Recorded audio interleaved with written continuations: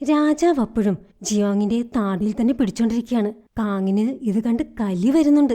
ഇവളെ അധികം വളരാൻ വിട്ടൂടാ, അത് തനിക്ക് തന്നെ പണിയാവും എന്ന് കാങ്ങിന് തോന്നി. ഉടനെ കാങ് രാജാവിനോട് പറഞ്ഞു, ഇങ്ങനെ പുറത്തുനിന്ന് കാറ്റ് കൊണ്ട പനി പിടിക്കും, അകത്തേക്ക് വാ എന്ന് പറഞ്ഞ് കാങ് രാജാവിനെയും കൊണ്ട് കൊട്ടാരത്തിനകത്തേക്ക് പോയി. എന്നിട്ടുടനെ കൊട്ടാരം വൈദ്യനെ വിളിപ്പിച്ചു.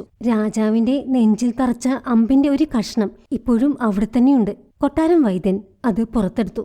ഈ മുറിവാരെ വെച്ച് കെട്ടിയത്? തക്ക സമയത്ത് മുറിവ് വെച്ചുകെട്ടി രക്തം വാർന്നു പോകുന്നത് നിർത്തിയതുകൊണ്ടാണ് രാജാവ് രക്ഷപ്പെട്ടത് എന്ന് കൊട്ടാരം വൈദ്യൻ പറഞ്ഞു. ഇതിനിടയിൽ രാജാവിന്റെ നെഞ്ചിൽ നിന്നും വൈദ്യൻ പുറത്തെടുത്ത അമ്പിന്റെ കഷ്ണമില്ലേ, അത് കാങ് എടുത്ത് ഒളിപ്പിച്ചു വെച്ചു.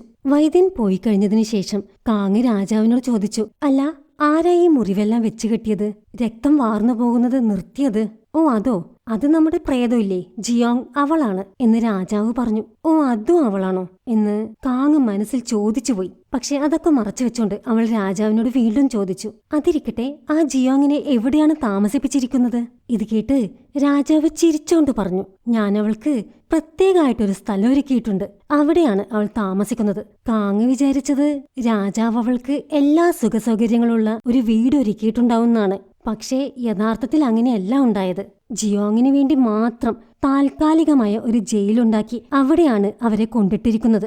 നമ്മുടെ മിഷലിൻ 3 സ്റ്റാർ ഷെഫിന്റെ ഒരു ഗതിയെ. ഈ സമയം കാങ് ഒളിപ്പിച്ചു വെച്ച ആ അമ്പിന്റെ കഷ്ണമില്ലേ, അതവള് ജേസൺ അയച്ചു കൊടുത്തു. ആരാണ് ഈ കൊലപാതകത്തിന് പിന്നിലെന്ന് അറിയണല്ലോ. ഇതേ സമയം ആ രാജ്യത്തിന്റെ രാജമാതാവ്, അതായത് നമ്മുടെ രാജാവിന്റെ മുത്തശ്ശി രാജമാത ഇഞ്ചു, രാജമാതാവും ഹോങ്ങിന് നാട് കടത്തിയ വിവരമെല്ലാം അറിഞ്ഞു. ഇനി അവൻ അവന്റെ അമ്മയുടെ മരണത്തെക്കുറിച്ചുള്ള കാര്യങ്ങളെല്ലാം അറിഞ്ഞു കാണുമോ? അവൻ പ്രതികാരം ചെയ്യാണോ എന്നൊക്കെ അവർക്ക് സംശയം തോന്നാൻ തുടങ്ങി. അതായത് രാജാവിന്റെ അമ്മയുടെ മരണത്തിന് പിന്നിൽ ഈ കൊട്ടാരത്തിലുള്ളവർ തന്നെയാണെന്നുള്ളത് രാജാവ് അറിഞ്ഞിട്ടില്ലെന്നാണ് എല്ലാവരുടെയും വിചാരം. പക്ഷേ രാജാവ് ചെയ്യുന്ന കാര്യങ്ങൾ കാണുമ്പോൾ മുത്തശ്ശിക്ക് അവനെല്ലാം അറിഞ്ഞോ എന്ന് സംശയം തോന്നുകയാണ്. ഇതിനിടയിൽ കാങ് സോങ്ങിനെ വിളിപ്പിച്ചു. ഈ സോങ്ങിനെ ഹോങ്ങിന്റെ വീട്ടിലേക്ക് അയക്കാൻ രാജാവിനോട് പറഞ്ഞത് കാങ്ങായിരുന്നു. അതുമാത്രമല്ല, സോങ്ങിന് ഇഷ്ടമല്ലാത്ത പല കാര്യങ്ങളും കാങ് അവനെ കൊണ്ട് ചെയ്യിപ്പിക്കും. സോങ് നയിക്കുന്ന ചിയോങ് കൂട്ടം ഓരോ വീട്ടിലും പോയി അവിടുത്തെ ആഭരണങ്ങളെല്ലാം പിടിച്ചെടുക്കുമെന്ന് ഞാൻ പറഞ്ഞല്ലോ. അത് സോങ് ചെയ്യുന്നത് ഈ കാങ്ങിന് വേണ്ടിയാണ്. അങ്ങനെ ഹോങ്ങിന്റെ വീട്ടിൽ നിന്നും കൊണ്ടുവന്ന ആഭരണങ്ങളും സോങ് കാങ്ങിന് കൊടുത്തു. പക്ഷേ കൊണ്ടുവന്ന ആഭരണങ്ങളൊന്നും കാങ്ങിന് അങ്ങോട്ട് തൃപ്തിയായില്ല.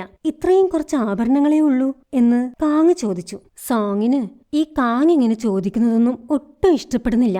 അതൊന്നും ശ്രദ്ധിക്കാതെ കാങ് പിന്നെയും ചോദിച്ചു, ഹോങ്ങിന്റെ കൊച്ചുമകളെ പിടിച്ചുകൊണ്ട് വരണമെന്നല്ലേ ഞാൻ പറഞ്ഞത്, എന്നിട്ട് അവൾ എവിടെ എന്ന് കാങ് അവനോട് ചോദിച്ചു. അത് പിന്നെ രാജാവിന്റെ ഉത്തരവായിരുന്നു അവരെ കൊണ്ടുവരണ്ട എന്ന്, അതുകൊണ്ടാണ് എന്ന് സോങ് പറഞ്ഞു. പക്ഷേ അതുകൊണ്ടൊന്നും കാങ്ങിന് തൃപ്തിയായില്ല.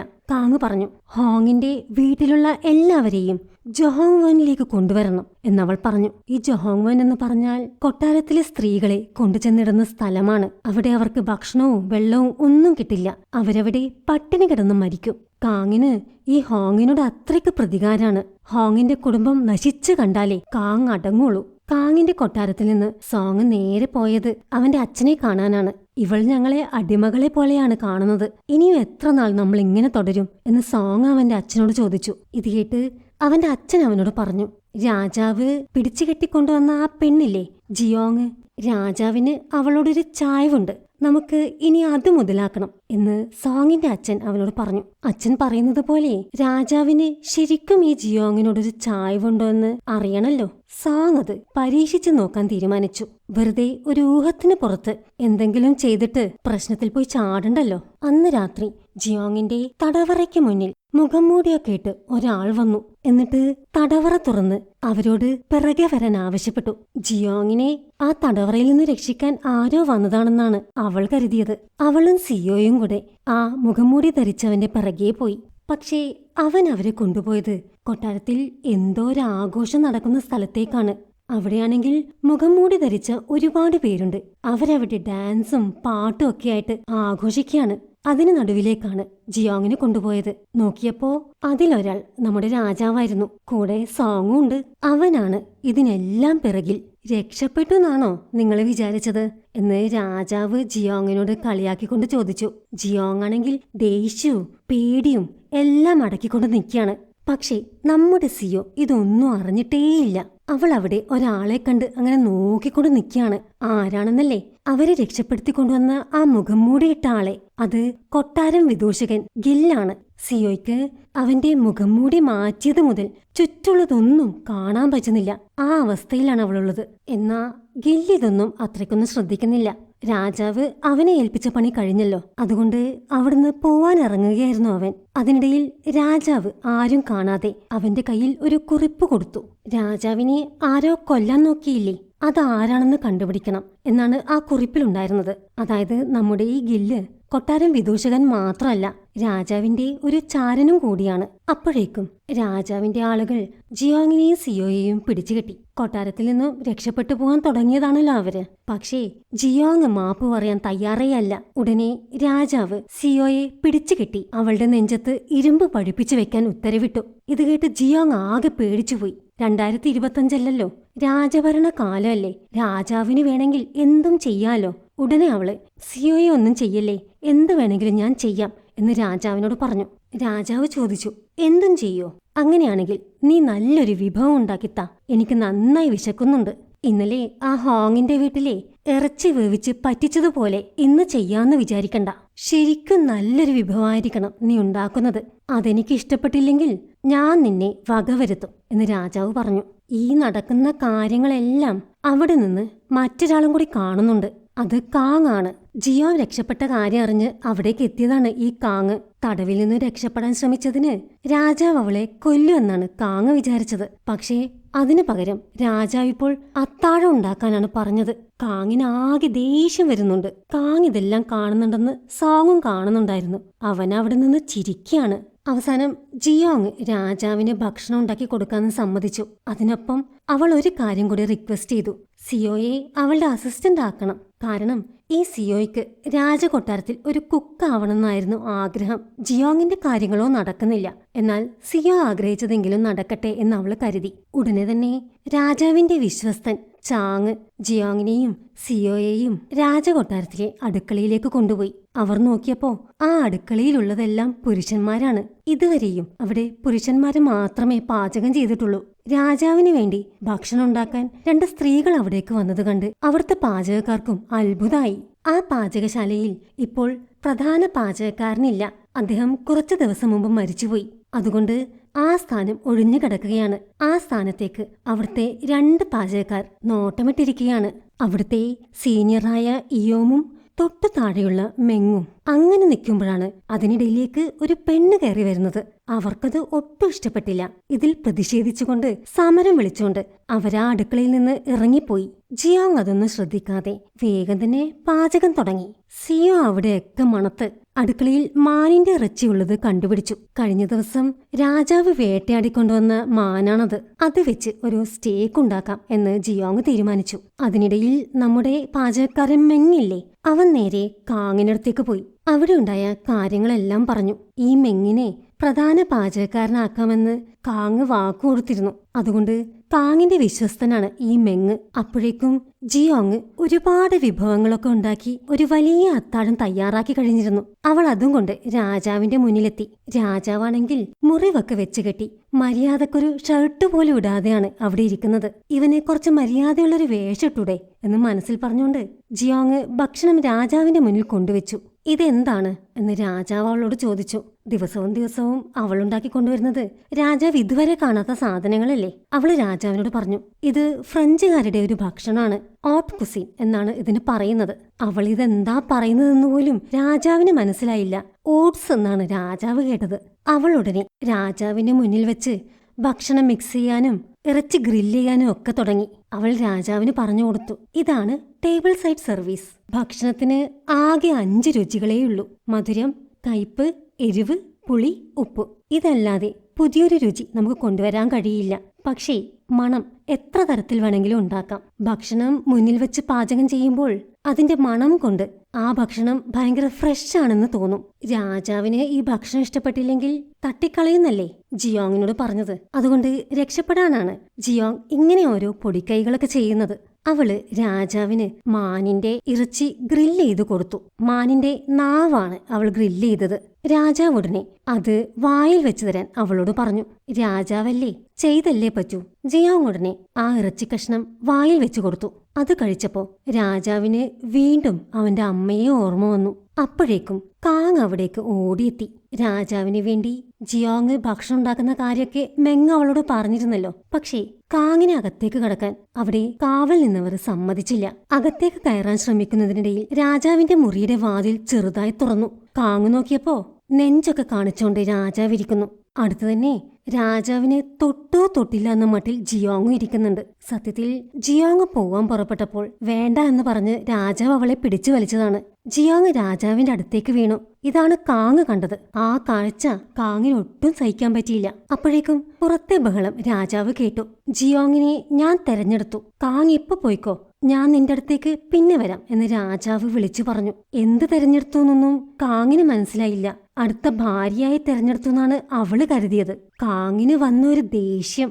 ഇതൊന്നും മനസ്സിലാക്കാതെ രാജാവിന് ഭക്ഷണമൊക്കെ കൊടുത്തു കഴിഞ്ഞ് മുറിയിലേക്ക് തിരിച്ചു പോവായിരുന്നു ജിയോങ്. മുറിയിലേക്കെന്ന് പറഞ്ഞാൽ ജയിലിലേക്ക്. ആ സമയത്ത് അവളെ കാണാൻ സോങ് വന്നു.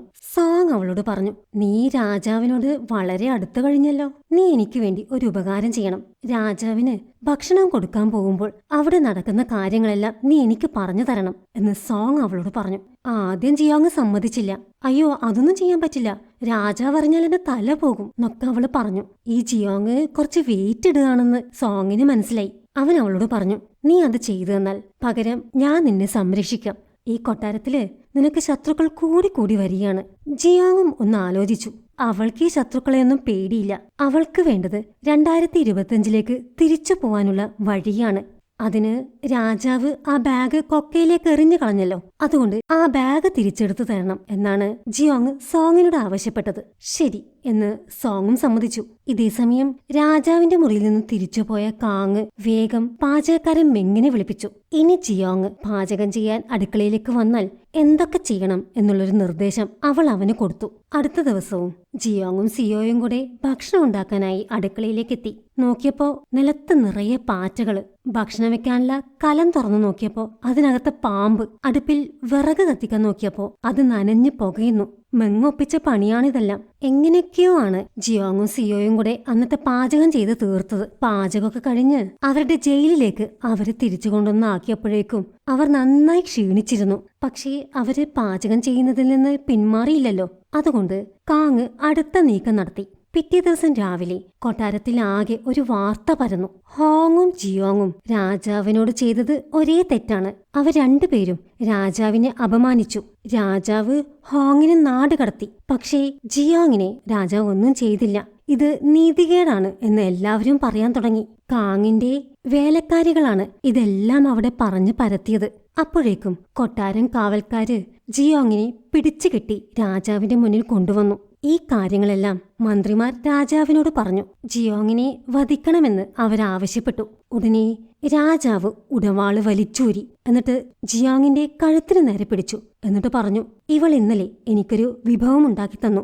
അത് എന്നെ വല്ലാതെ കുഴപ്പിച്ചു. എന്താണ് അവൾ ഉണ്ടാക്കിയതെന്ന് എനിക്ക് മനസ്സിലായില്ല. അതുകൊണ്ട് ഇനി എല്ലാ ദിവസവും നീ എനിക്കിതുപോലെ പുതിയ പുതിയ വിഭവങ്ങൾ ഉണ്ടാക്കി തരണം. ഒരു ദിവസം ഉണ്ടാക്കിയ വിഭവം മറ്റൊരു ദിവസം ഉണ്ടാക്കുകയോ ഏതെങ്കിലും വിഭവം എനിക്കിഷ്ടപ്പെടാതെ വരികയോ ചെയ്താൽ ഞാൻ നിന്റെ തലയെടുക്കും. ഇനി മുതൽ നീയായിരിക്കും ഇവിടുത്തെ പാചകശാലയുടെ പ്രധാന പാചകക്കാരി എന്ന് രാജാവ് പറഞ്ഞു. ഈ ഡ്രാമയുടെ തുടക്കത്തിൽ നമ്മൾ കണ്ടത് ഈ സീനാണ്. ഇതും പറഞ്ഞ് രാജാവ് വാളുകൊണ്ട് അവളുടെ കെട്ടുകൾ അറുത്തുമാറ്റി. അതുമാത്രല്ല, രാജാവ് അവൾക്ക് താമസിക്കാനായി പുതിയൊരു മുറിയും ധരിക്കാനായി നല്ല വസ്ത്രങ്ങളും ഒക്കെ കൊടുത്തു. ഇതുവരെ ജയിലിലാണല്ലോ അവർ കഴിഞ്ഞിരുന്നത്. സിയോക്ക് ഇതെല്ലാം കണ്ട് ഭയങ്കര സന്തോഷായി. ഇതൊന്നും ഇഷ്ടപ്പെടാത്ത കുറച്ചു പേര് അവിടെയുണ്ട്. പ്രധാന പാചകക്കാരനാവാമെന്ന് സ്വപ്നം കണ്ടു നടന്നിരുന്ന അടുക്കളയിലെ പാചകക്കാര്. ജിയോങ്ങിനെ അവിടുന്ന് ഓടിക്കുക എന്നുള്ളത് ഇപ്പോൾ അവരുടെയും ആവശ്യമാണ്. അടുത്ത ദിവസം രാവിലെ തന്നെ അതിനുവേണ്ട പണികളൊക്കെ അവർ തുടങ്ങുകയും ചെയ്തു. ഉപ്പും പഞ്ചസാരയും കൂടി കൂട്ടിക്കലർത്തി വെക്കുക,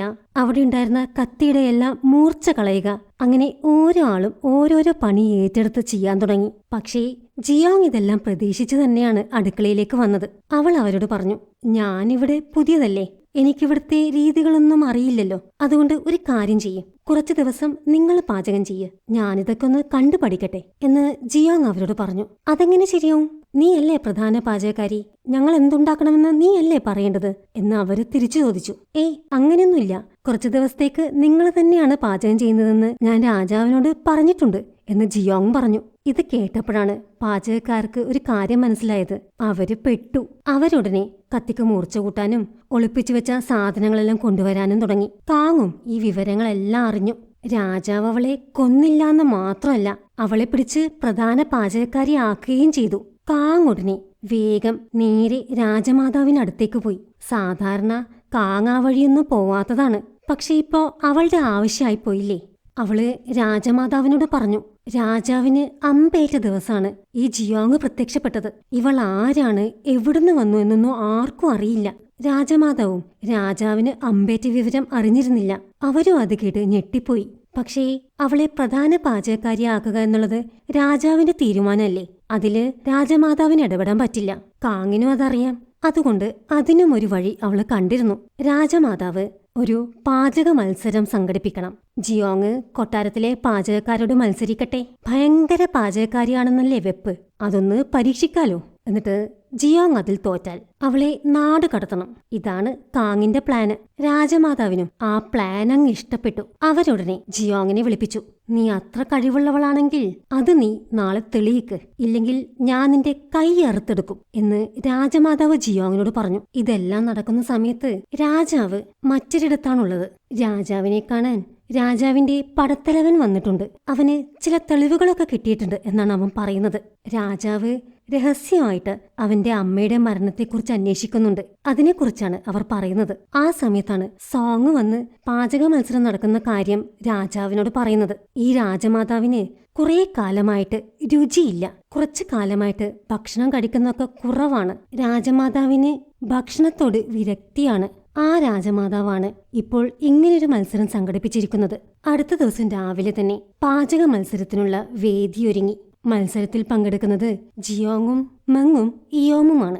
അപ്പോഴേക്കും രാജാവ് അവിടെ എത്തി. രാജാവ് നോക്കിയപ്പോ കാങ്ങും അവിടെയുണ്ട്. രാജാവ് രാജമാതാവിനോട് പറഞ്ഞു, ഞാൻ നിയമിച്ച പ്രധാന പാചകക്കാരിയുടെ കൈ അറുത്തെടുക്കാൻ ഇവിടെ ഒരു മത്സരം നടക്കുന്നുണ്ടെന്ന് കേട്ടു. അതറിഞ്ഞ് വന്നതാണ് ഞാൻ എന്ന് പറഞ്ഞു. ഇത് കേട്ട് രാജമാതാവ് പറഞ്ഞു, അവൾ അത്രയ്ക്ക് നല്ലതാണെങ്കിൽ മത്സരത്തിൽ പങ്കെടുത്ത് വിജയിക്കട്ടെ. ഇവളെ ശിക്ഷിക്കാത്തോണ്ട് കൊട്ടാരത്തിലെ മന്ത്രിമാർക്കെല്ലാം വലിയ അതൃപ്തിയുണ്ട്. ഇവൾ ഇന്ന് ജയിച്ചാൽ ഇവൾ കഴിവുള്ളവളാണെന്ന് തെളിയും. പിന്നെ മന്ത്രിമാരുടെ വായടയുമല്ലോ എന്നാണ് രാജമാതാവ് പറഞ്ഞത്. ഇത് കേട്ട് രാജാവ് പറഞ്ഞു, അങ്ങനെയാണെങ്കിൽ മത്സരത്തിന്റെ നിയമം എല്ലാവർക്കും ഒരുപോലെ ബാധകമാവണം. ഈ മത്സരത്തിൽ ജയിക്കുന്ന ആളുടെ ഒഴികെയുള്ള മറ്റ് 2 പേരുടെയും കൈവെട്ടണം എന്ന് രാജാവ് പറഞ്ഞു. എന്നിട്ട് രാജാവ് മത്സരം തുടങ്ങാൻ പ്രഖ്യാപിച്ചു. ഇത് കേട്ട് മെങ്ങിനും ഇയോമിനൊക്കെ പേടിയാവാൻ തുടങ്ങി. രാജാവ് മത്സരം കാണാനായി വേദിയിൽ പോയിരുന്നു. എന്നിട്ട് മനസ്സിൽ ജിയോങ്ങിനോട് പറഞ്ഞു, നീ ഭാവിയിൽ നിന്ന് വന്നവളാണെന്നല്ലേ പറഞ്ഞത്? അങ്ങനെയാണെങ്കിൽ ഇവരാരും ഇതുവരെ കാണാത്ത ഒരു വിഭവം ഉണ്ടാക്കി കാണിക്ക് എന്ന്. ബോൺ അപ്പറ്റീറ്റ് യുവർ മെജസ്റ്റി എന്ന ഈ K-ഡ്രാമ നിങ്ങൾക്ക് ഇഷ്ടപ്പെട്ടുവെന്ന് ഞാൻ വിശ്വസിക്കുന്നു. വീഡിയോ ഇഷ്ടമായെങ്കിൽ ലൈക്ക് ചെയ്യൂ, വീഡിയോ ഹൈപ്പ് ചെയ്യൂ, നിങ്ങളുടെ അഭിപ്രായങ്ങൾ തീർച്ചയായും കമന്റ് ചെയ്യൂ. ഈ ഡ്രാമയുടെ അടുത്ത എപ്പിസോഡുമായി വേഗം വരാം. Thanks for watching.